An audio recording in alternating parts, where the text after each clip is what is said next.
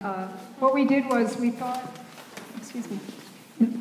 that because we are out at the beach that we wanted a soft, more circular pattern.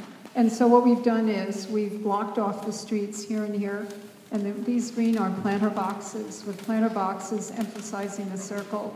And then in the center there could be a fountain or a built element with plants growing it and kind of spilling over the sides. And then this would be pavers, like European pavers. And if you use segmented pavers, they can be placed in sand. They help to recharge the aquifer, and they're also very easy to repair. You don't have to cut the concrete, you just lift them up and put them back down again.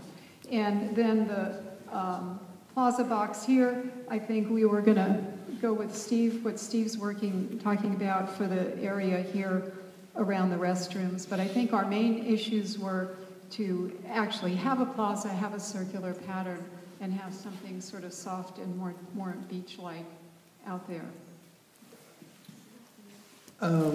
Okay, where was it?